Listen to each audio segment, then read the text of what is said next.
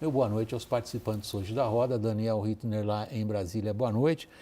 Está conosco também o pesquisador associado do Instituto Brasileiro de Economia, da Fundação Getúlio Vargas, Fábio Giambiadi. Fábio, obrigado pela disposição de participar. E uma surpresa para vocês, Raquel Landim, fazendo hora extra no WW. Raquel, que bom ter você aqui. Oi, Vac, obrigada pelo convite. Como é que falava aquelas séries antigas americanas, Starguest? E o Caio, nosso Caio Junqueira aqui à minha esquerda no estúdio, na Avenida Paulista, em São Paulo. Argentina é nosso primeiro assunto, o novo presidente vai anunciar amanhã o tal do choque, o ajuste fiscal. A única medida econômica adotada hoje foi uma limitação das operações cambiais. É o que conta nosso enviado especial a Buenos Aires, Leandro Magalhães. As operações no mercado de câmbio argentino foram limitadas e aprovadas uma a uma, o que adiou a esperada desvalorização da moeda local. Com a expectativa, o mercado fechou em alta de 3,7%, recorde em um só dia. Entre as medidas que devem fazer parte do pacote fiscal, que será divulgado pelo Ministério da Economia argentino na próxima terça-feira, estão a proibição do Banco Central da Argentina de emitir moeda para financiar o Tesouro, a retirada gradual dos subsídios às tarifas entre janeiro e abril, o aumento de impostos sobre importações, desvalorizar o peso e estabelecer um valor fixo para o dólar comercial. Em um de seus primeiros decretos, Javier Milei modificou uma norma publicada pelo ex-presidente Maurício Macri, que proibia a prática de nepotismo em todo o setor público. O ultraliberal determinou uma exceção a indicações do presidente e nomeou a irmã caçula, Karina Milei, como secretária-geral da presidência. Em sua primeira reunião de gabinete, o presidente argentino solicitou a realização de um inventário sobre todas as propriedades do Estado, além de ordenar uma revisão no contrato dos funcionários federais em cada um dos ministérios e universidades. A ideia é mapear recursos com o objetivo de encontrar eventuais irregularidades. Vamos dar uma rápida espiada com a ajuda do Daniel Hittner, como estava a situação econômica da Argentina quando o presidente que acabou de sair, Alberto Fernandes, assumiu o governo em 2019 e as contas que ele entregou agora a Milei. Daniel, contigo. Jogo rápido aí, William, só para a gente mostrar qual era a situação do país que Alberto Fernandes pegou exatamente 4 anos atrás e o que ele está entregando para Javier Milei. A Fernanda Mainzer nos ajudou aqui com uma arte mostrando essa situação. Vamos começar pela inflação. Inflação, 4 anos atrás, era de 52% ao ano, anualizada, está sendo entregue para Javier Milei em 162% ao ano e crescendo, porque ela está rondando ali 8%, 10% ao mês, mas nos próximos meses todo mundo diz que já está contratada ali uma inflação mensal em torno de 20%. Taxa de câmbio oficial era de 60 pesos no início do governo Alberto Fernandes, e aí a gente vê como era a taxa de câmbio paralelo, em 71 pesos. Então havia uma diferença, mas uma diferençazinha pequena ali, da ordem de 15%. Veja a diferença de quase 200% em que se encontra hoje. 361 pesos o câmbio oficial, 955 o câmbio paralelo. O déficit primário, que era de 0,4%, subiu para 2,8%. E as reservas brutas internacionais, mantidas pelo Banco Central, de 43 bilhões de dólares, encolheram para 21 bilhões de dólares. Importante ressaltar que as reservas líquidas muitas vezes são calculadas como negativas. Por exemplo, estima-se que, esse é um dado da União Industrial Argentina, confirmado pelo seu presidente numa entrevista a nós, os importadores têm 30 bilhões de dólares a pagar, ou seja, você pode contar ali que a Argentina já está com reservas líquidas negativas. Fábio Giambiadi, novamente, boa noite. Fábio, isso que alguns comentaristas na Argentina estão chamando de revolução conservadora, tem condições de aplicar um choque da magnitude que os números indicam ser necessário? Boa noite, Lilian. Boa noite, quem está assistindo. Olha, a impressão que eu tenho é que a grande maioria da população do eleitorado não tem ideia do que vem pela frente. Tá? Eu me questiono, às vezes, até mesmo o seu próprio presidente Milei está perfeitamente ciente da situação. Estava lendo hoje a imprensa argentina E por incrível que pareça, ele citava, entre aspas, ele teria dito, não deu para perceber se no discurso, em alguma entrevista esses dias, que a inflação mensal nos próximos 3 ou 4 meses vai ser, palavras dele, entre aspas, entre 20% e 40% ao mês. Veja só, ele, o presidente, não disse entre 20 e 21, não disse entre 12 e 13, ele disse entre 20 e 40. Agora, eu te pergunto, William, suponha que você fosse um fornecedor de leite para um pequeno supermercado, tá? O pequeno supermercado não tem dinheiro para pagar, me diz, olha, você me dá o leite e eu te pago daqui a 30 dias, tá? Em condições normais, você, aqui no Brasil, uma inflação pequena, você adota o mesmo preço, recarrega 1%, 0,5%. O que você faria na Argentina quando o próprio presidente da República está dizendo, dia sim, outro também, que tem uma hiperinflação na virada da esquina? Você provavelmente vai solicitar um aumento de 40%. Então, isso gera uma psicose remarcatória que está sendo absolutamente infernal nas últimas semanas. Eu quero dizer o seguinte, a herança, esta sim, ao contrário do que se dizia do nosso Fernando Henrique Cardoso, não é? Esta sim é uma herança maldita. Mas esta aceleração inflacionária em curso é de responsabilidade do próprio Milei pelo tipo de discurso que ele tem assumido absolutamente alarmante. No meu modo de ver, é um equívoco muito grande.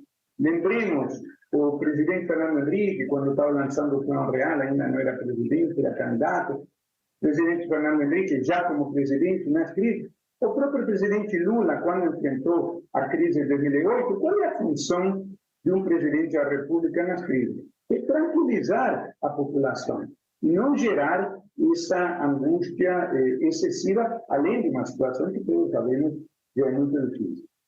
Eu senti uma grande dificuldade com a qualidade do seu áudio. Eu vou fazer o seguinte, eu vou fazer uma roda de conversa nossa aqui em São Paulo, Brasília, e pedir ao nosso pessoal da retaguarda técnica para melhorar o seu áudio.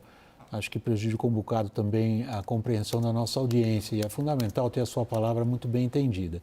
A sua tese central, pelo que eu entendi na parte do meio para o fim da sua intervenção até aqui no WW, é que você coloca nos ombros do Milei uma boa responsabilidade pelo esses disparos das expectativas inflacionárias. Na verdade, ele criou para ele mesmo um desafio ainda mais difícil. Eu vou passar a palavra inicialmente para a Raquel, Fábio, enquanto nosso pessoal da área técnica resolve esse problema de áudio aí com você. Obrigado por enquanto, Raquel. William, o Fábio estava tocando num ponto importante, né? Ele disse que quando o Fernando Henrique Cardoso resolveu o dilema da hiperinflação no Brasil, ele fez através do Plano Real, ele fez de uma maneira onde ele estimulou o crescimento da economia brasileira. E foi até uma questão na época, porque ele não atacou o problema dos gastos, né? Ele foi atacar esse problema lá na frente, só em 99, mas de alguma forma ele gerou um crescimento econômico, o que facilitou muito a aplicação do plano naquele momento. O que o Milei está propondo é algo completamente diferente, ele está propondo um arroxo. Tem muitos economistas que dizem que não tem outra saída para a Argentina, que o país precisa de um choque de grandes proporções. O problema é o quão politicamente ele consegue emplacar isso. E aí ele embarca num discurso quase messiânico, como se ele tivesse imbuído dessa missão, como se essa promessa que ele faz tivesse sido apoiada majoritariamente por toda a população. Será? Os argentinos votaram... Eu acho que você foi cautelosa demais em dizer quase messiânico. É messiânico. Quem cita Macabeus no discurso de posse, que é uma história de luta pela liberdade, que só é atingida pela mão divina, porque ele sabe que não tem soldados suficientes para vencer, é um Messias levando o povo à liberdade. E os argentinos estavam votando contra a hiperinflação, contra a corrupção do kirchnerismo. Será que eles estavam votando nesse pacote, nesse arroxo? Vamos ver Daniel e Caio. a política como ela é na Argentina, Caio? William, eu tenho uma percepção... Deixa ou não deixa um choque desse? Eu tenho a seguinte percepção. O Milei era uma pessoa até o primeiro turno e depois ele mudou um pouco a rota na política ao aderir, ao trazer para próximo de si o macrismo, o Macri, a direita tradicional. Ele faz algumas jogadas interessantes ali, ele reconhece o tabuleiro que ele está jogando e ele passa a jogar de acordo com as peças que ele tem. A despeito de... a indicação dele para a presidência da Câmara é um sobrinho do Menem, né, que o Menem é o mais liberal dos peronistas, mas Você não pode deixa de dizer ser... o mais direitista dos peronistas, Isso, se você quiser. é o Martin Menem, né, Se que você quiser. é um libertário puro sangue, ele coloca ali. Então ele reconhece o tabuleiro. Vocês colocam o messianismo, vocês colocam todas essas dificuldades, ele venceu a eleição. E ele modera, a partir do primeiro turno, o seu discurso, né? Ele para de falar de dolarização, ele para de falar de fim do Banco Central, nada disso está previsto. E eu tenho a percepção, de tudo que eu também fui obrigado a estudar e a conversar sobre a Argentina, para as coberturas que nós fizemos e estamos fazendo ainda aqui, de que todos esses acenos e toda essa moderação de discurso leva em conta tanto a economia, que a gente não sabe ainda o que ele vai anunciar amanhã, e principalmente a política. Ele modera. E o resultado eleitoral é um resultado de quem está indignado com a atual situação, né? De quem não tolera essa atual situação. E é o resultado que as urnas lhe deram. Mas isso ficou para trás. Qual parte? A parte da indignação. Sim. O que vem agora é a parte da esperança. Sim. E um choque desses, inicialmente, costuma trazer muito sacrifício. Ele copia um pouco do discurso do Winston Churchill, dizendo só tenho a oferecer para vocês sangue, suor e lágrimas. A diferença é que o Hitler estava do outro lado do Canal da Mancha. Sim. E aqui, quem seria o principal adversário então, Daniel? William, eu acho que quando a gente está citando aqui o discurso de Milei e tudo que ele apresenta ali no discurso de posse, no seu primeiro dia e amanhã com as medidas, eu acho que a gente precisa imprescindivelmente lembrar o que foi o governo Macri entre 2015 e 2019. E Macri começou mais ou menos nessa situação que a gente mostrou na tela inicialmente ali, quando pegou indicadores muito piores do que Cristina Kirchner, 4 anos antes, havia herdado de si própria numa reeleição. Quando terminou o primeiro turno das eleições agora na Argentina, em novembro, segundo vazado pela imprensa argentina, Macri teve uma conversa com Javier Milei em que disse: você precisa explicar muito bem a herança que estão deixando no seu colo. E me parece que esse foi o grande erro que Macri, reconhecidamente por ele próprio, teve durante o seu governo. Ele implantou uma estratégia muito gradualista de ajuste das contas públicas, de eliminação dos subsídios, de normalização dos controles cambiais e do comércio exterior, de volta à Argentina para os mercados financeiros internacionais, e esse gradualismo não deu certo. E ele deixou de explicar à sociedade argentina qual era o tamanho do problema que ele estava recebendo. Me parece que agora Javier Milei adotou a estratégia oposta, de deixar claramente posto ali sobre a mesa o que ele está recebendo e colocar toda a culpa muito claramente no antecessor e deixando muito claro qual é o sofrimento que a Argentina vai passar, segundo ele colocou ali, pelos próximos 12 meses antes de colher qualquer resultado. Me parece que é essa a estratégia, marcar uma diferença muito clara em relação ao que foi o governo Macri. Bom, William, é a única alternativa que ele tem, o que o Daniel está colocando. Mas os argentinos sabem que essa herança de hiperinflação, ela é de Alberto Fernandes, ela é do kirchnerismo e é por isso que eles votaram em Milei, é também por isso. A questão é, se a gente lembrar do último debate, dali do finalzinho da campanha, o Milei foi obrigado a voltar atrás. toda aquela promessa que ele fez de que ia acabar com os subsídios, como estava o transporte público, aquela série de subvenções que os argentinos recebem, que abrange um monte de pessoas, ele foi obrigado a voltar atrás. O Sérgio Massa insistiu e ele recuou.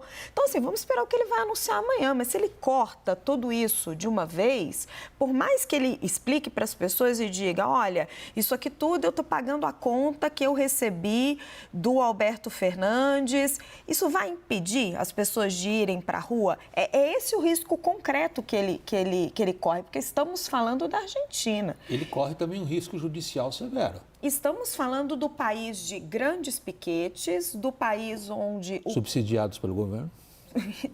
Agora o governo vai ser ele, mas enfim, onde o kirchnerismo e o peronismo têm uma influência muito grande sobre esses movimentos. A gente viu ali na posse uma aproximação estranha dele com a Cristina Kirchner, que a gente ainda vai ter que entender. Mas, enfim, ele corre um risco político grave, por mais que ele explique para as pessoas. Eu queria colocar, William, bem Claro, brevemente, fica à vontade. ele assume... Eu acho que essa mudança toda do primeiro turno para cá, ele olha o histórico todo, desde a redemocratização, ele vê que todos os 3 presidentes antiperonistas, de alguma maneira, se deram mal. Tivemos 3 presidentes desde 83 antiperonistas como ele. O Raul Alfonsín entrega 6 meses antes do final do mandato, o Fernando de la Rúa é obrigado a renunciar e o Maurício Macri não se reelege. Então, são 3 projetos antiperonistas fracassados. Eu tenho a percepção que ele pega, enxerga esse histórico e enxerga o histórico que o Daniel coloca do governo Macri de que gradualismo não funciona na Argentina. Porque senão, qual a alternativa? Se ele olha, todos os antiperonistas fracassaram. Fracassaram em termos eleitorais de reeleger projeto político. O Macri, que é o fiador político-econômico do governo, fez uma opção pelo gradualismo. Ele vai por uma linha de choque. O que resta a ele? Só entregar o país para os peronistas de novo. Não tem, e ele tem esse reconhecimento, só um minuto, Raquel, e ele tem esse reconhecimento, na minha percepção, de olhar esses 40 anos de história para tentar traçar um caminho. Olha, só uma observação. Por favor, oi. Daniel, mas eu estou sem ouvir. Nossa, O Daniel áudio hoje também. não quer saber da gente. Então, deixa eu ver se a gente consegue ouvir o Daniel. Daniel, Agora vocês me ouvem, não? Sim, agora sim, Daniel, desculpe. Vocês estão colocando que o gradualismo na Argentina é uma incógnita, não resolveu no governo Macri. Agora, o radicalismo nas medidas, também a gente precisa resgatar a história para lembrar o que aconteceu. 2 episódios. Em 1975, assume Isabelita Perón na Argentina e o seu ministro da Economia, Celestino Rodrigo, que implanta um duríssimo ajuste fiscal, talvez o maior da Argentina até agora. Vamos ver o que vem com Javier Milei. Tivemos o Rodrigaço, imensos protestos sociais e um caos na Argentina, um ano depois, golpe militar. E é preciso lembrar o que aconteceu no governo Carlos Andrés Pérez na Venezuela, em que também foi feito um ajuste duríssimo, como o que anuncia Milei. Em 1989 tivemos o Caracasso. Caracasso definitivamente foi o que abriu o caminho depois para a esquerda chavista ganhar as eleições e tomar o poder na Venezuela. Então as coisas nunca são tão simples, né? Exato, é o que eu estava ponderando, concordo com o Daniel, que eu estava ponderando com o Caio está falando. Não estou dizendo que ele teria outras alternativas, a equação dele não é fácil, só o que eu estou ponderando é que as chances dele de fracassar são enormes. Deixa eu ver, eu sou comunicado que o Fábio agora pode voltar. Ô, Fábio, que bom vê-lo novamente, está bem melhor a luz. Fábio, nós estamos aqui conversando, eu sei que você não acompanhou essa última fase aqui, que você só agora volta a participar. Fábio, o que nós estamos ponderando aqui na nossa roda é o seguinte, ele propõe uma saída do gradualismo e vê como única alternativa um choque. A ponderação dos participantes da roda aqui basicamente é uma só. Não há outra saída a não ser não tentar o gradualismo, mas esta saída, historicamente, tem sido combatida e com êxito por muita resistência social. Os exemplos citados foram, lá atrás, 75, Isabelita Perón, Rodrigaço, e mais recentemente, em 99, o Caracasso, na Venezuela. Fábio. O Milei vive uma espécie de paradoxo, por assim dizer, no seguinte sentido. Ele se elege como o representante da antipolítica.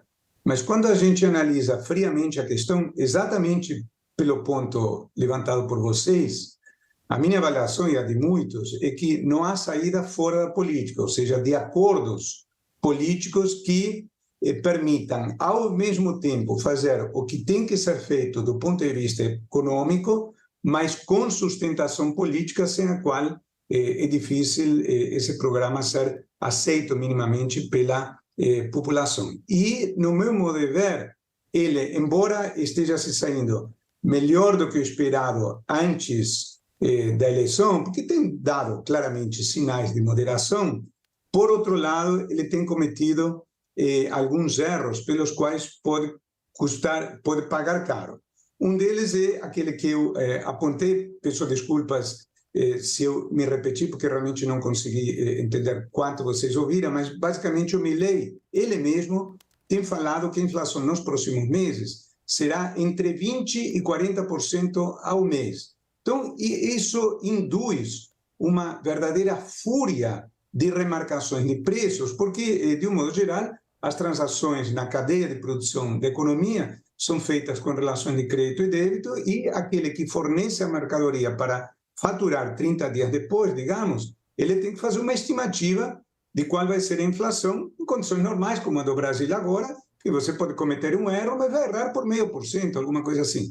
Quando a inflação tem essa variância, essa diferença entre o que pode ser numa situação A ou numa situação B, o risco do empresário ir à falência é enorme. Então, como é que ele se protege? Ele se protege jogando o preço na lua, que é o que estamos assistindo, no meu modo de ver, por imperícia do próprio presidente em pessoa, que, ao invés de tentar tranquilizar a população, está gerando uma verdadeira psicose de remarcação de preços. O segundo erro que ele tem cometido é, rapidamente, na política, porque, ao invés de ele escolher como presidente da Câmara de Deputados, o presidente da Câmara de Deputados, naturalmente, é escolhido pelos deputados, mas o presidente da República tem um papel-chave no encaminhamento do nome. Então, ao invés de escolher uma pessoa muito acostumada com o legislativo, como tivemos assim vários exemplos aqui no Brasil, não é? de presidentes da Câmara que entendiam perfeitamente como funcionava, ele escolheu um novato, ele escolheu um marinheiro de primeira viagem que na primeira reunião ele foi jantado pelo conjunto dos partidos. Então, ele se coloca numa posição muito perigosa, que vai enviar um verdadeiro pacotaço, provavelmente amanhã ou nos próximos dias, e não tem gente com expertise legislativa para fazer isso transitar adequadamente pelo Congresso. Fábio, você mencionou dois aspectos, vou aproveitar agora que você está de volta à nossa roda para explorar um pouquinho o teu conhecimento sobre a Argentina. Você mencionou dois aspectos. Um, Milei fez um erro criando desnecessariamente expectativas inflacionárias com as quais ele vai ter que lidar.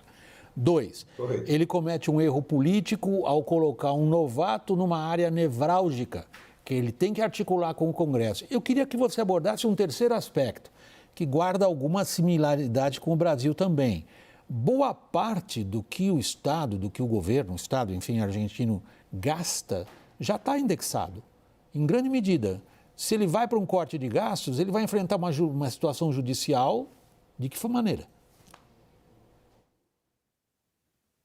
Na verdade, a economia não tem o mesmo grau de indexação formal que teve no passado ou que tem aqui no Brasil. Então, por exemplo, para citar um caso, os funcionários públicos, tá? Eles podem não ter aumento, mas não é realista. Veja, a inflação nos últimos 12 meses divulgados foi 140% ao ano, tá? Nos últimos 12 meses. Mas, claramente, ela vai aumentar, tá? E ele acena o Milei com o congelamento nominal do salário dos funcionários públicos. Quando a inflação, daqui a 6 meses, ela vai estar beirando 250% ao ano, se não mais. Como é que você, realisticamente, pode imaginar que o salário do funcionário, não interessa se estão ganhando muito ou pouco, estou sendo meramente realista. O mundo não funciona dessa forma. Veja, isso vai criar problemas, inclusive na sua própria equipe. Você imagine um sujeito que seja subsecretário da Fazenda do Milei, uma das funções mais complicadas hoje. Ele vai trabalhar 14 horas por dia numa tensão medonha, essas negociações dramáticas com o Congresso, etc., com salário congelado, com inflação de 40% ao mês, sendo xingado pelos amigos e pelo cunhado pelo ajuste, sem aumento. O mundo não funciona assim, entendeu? Independentemente da indexação ser formal ou informal. Ou seja, ele vai enfrentar uma resistência para a qual eu não sei se ele está preparado, exatamente pela sua inexperiência. Veja, em geral, os presidentes da República, quando alcançam essa posição, já fizeram toda uma trajetória no legislativo ou no executivo, na alçada estadual, na alçada municipal. O Fernando Henrique não tinha ocupado postos no executivo, mas tinha sido parlamentar muitos anos. Tem algumas pessoas que, pelas suas características pessoais muito específicas, conseguem navegar mesmo sem essa experiência prévia. Tivemos o caso do Obama nos Estados Unidos e do nosso presidente Lula aqui no Brasil. Mas são pessoas, ambos, com um grau de inteligência emocional e esperteza e habilidade política realmente fora do normal, senão não teriam chegado onde chegaram. O Milei não tem essa vivência, ele é um completo neófito na política e não tem revelado até agora este tipo de habilidade para lidar com situações de grande tensão. Fábio, vamos ver como se sai. Mas muito provavelmente nós vamos ter enfrentamentos sérios já nos próximos dias. Tem uma passeata muito grande convocada para o dia 19, Fábio, e há muita tensão na Argentina por conta disso. você provocou tremendamente nossos repórteres políticos aqui. Particularmente com a sua, digamos, com a sua afirmação bem categórica do neófito, sem experiência política para enfrentar a resistência que você já adianta de que tipo virá. Caio. Não, eu só tenho a impressão que o Milei ele reconhece todo esse terreno de novo, e se ele tivesse sido tão primário, ele não teria praticamente entregue áreas nevrálgicas do governo, como a economia, para o Macri e para o macrismo. Ele faz uma virada de chave do primeiro para o segundo turno e ele entrega. Sim, vão pegar a economia, vão pegar a Patrícia Burit, vão pegar a Diana Mondino, a provável chanceler. São todos políticos pragmáticos, né? Que mesmo com toda a virulência, por exemplo, do Milei até ao Brasil, ele veio entregar a carta aqui para o Lula, mandou a provável chanceler para cá. E parte, pelo menos, da imprensa argentina consideram que a nomeação do sobrinho do Menem e não do Christian Ritondo, né, que é o que você está mencionando, né, professor, que é o chefe do bloco da coalizão de direita, aí era entregar praticamente tudo para ele. Eu não vejo a operação política do Milei na largada uma operação de alguém neófito. Eu acho uma operação política de alguém que está sabendo o terreno que está jogando. Eu queria só fazer uma ponderação. Rapidinho, sim, professor, só um minutinho. Não, só fazer uma pequena ponderação. Sim, o Milei vem sendo um pouco mais pragmático do que se imaginava, isso está evidente. A Diana Mondino, que inclusive a chanceler, que inclusive é uma pessoa mais ligada a ele, também vem dando sinais de pragmatismo, mas o que a gente fica se questionando é se ele tinha nomes dele. Se ele não fosse apelar para o macrismo, se ele não fosse recorrer a Luiz Caputo, que era o grande economista, da Patrícia Burit, assim, quem ele ia colocar? Eu não sei se o fato dele ter irmã, a própria irmã como ministra da Economia. Não, ela é mais que isso, né? Ela é a sombra dele, ela é a grande figura. Sim, William, tanto que ele pratica um ato de nepotismo no seu primeiro dia do governo, ainda ontem, né, no dia da sua posse, ao livrá-la ali para poder nomeá-la como secretária de governo. Mas o meu ponto é o seguinte, será que ele é tão... isso deixa de colocar nele essa pecha que o professor está colocando de neófito, ou ele recorre à Macri porque ele realmente... Ele não tinha outras alternativas. Daniel, vou pedir licença rapidinho para você. O Fábio está me pedindo a palavra. Fábio, prossiga, por favor. Sim, o William, você sabe que eu brinco com os amigos dizendo que ninguém é ítalo-argentino impunemente. A gente aqui pode divergir amistosamente? Claro, a essência do programa é essa. Deixa eu discordar assim, parcialmente. Primeiro, quer dizer, é claro que foi dito aqui muito corretamente que houve uma virada de chave entre o primeiro e o segundo turno, sem dúvida nenhuma, o Milei se moderou muito, tá? Mas eu queria me referir a um estado de coisas que, na verdade, vão além do Milei e se refere a esse movimento conjunto que chega, digamos, encabeçado pelo Milei, tá? Então, eu vou citar dois exemplos. Quando os deputados elegem o presidente da Câmara de Deputados, né, que aconteceu 2 ou 3 dias atrás, elegeram o sobrinho do Menem e logo depois, o primeiro ato é eleger as comissões. E enquanto que o Frente de Todos, o peronismo, e o Juntos por el Cambio, do remanescente da antiga oposição, que não se sabe se será oposição ou não, cheia de macacos velhos, não é, como se diz no jargão, com muita experiência legislativa, estavam se distribuindo as comissões, não é, que vão ser decisivas nos próximos 2 anos. O que os deputados de La Libertad Avança, o partido Milei, deslumbrados, que são todos novos, estavam fazendo? Tirando selfies. É isso que está relatado pela imprensa argentina. E aí foram jantados no episódio da distribuição. Sobre a Diana Mondino, comparativamente, aquele conjunto de pessoas que cercaram o Milei no início da sua campanha, ele é certamente uma voz da moderação. Mas me permito insistir na adoção de uma expressão que pode soar forte, tá? Mas que reflete a situação. Mesmo ela é uma neófita, na posição de chanceler, tá? Vejamos qual é o primeiro anúncio que ela faz no dia da posse. E eu tomei o cuidado de ir na imprensa argentina para ver se não havia um erro. Ela usa a seguinte expressão: a Argentina hoje está ingressando na OCDE, utilizando isso como exemplo de como está se juntando com o primeiro mundo, uma situação que lembra muito o Menem. Agora, para quem conhece, certamente o William, e acredito que vocês também conhecem muito bem isso, até pela experiência brasileira, o que o país faz é um anúncio de candidatura.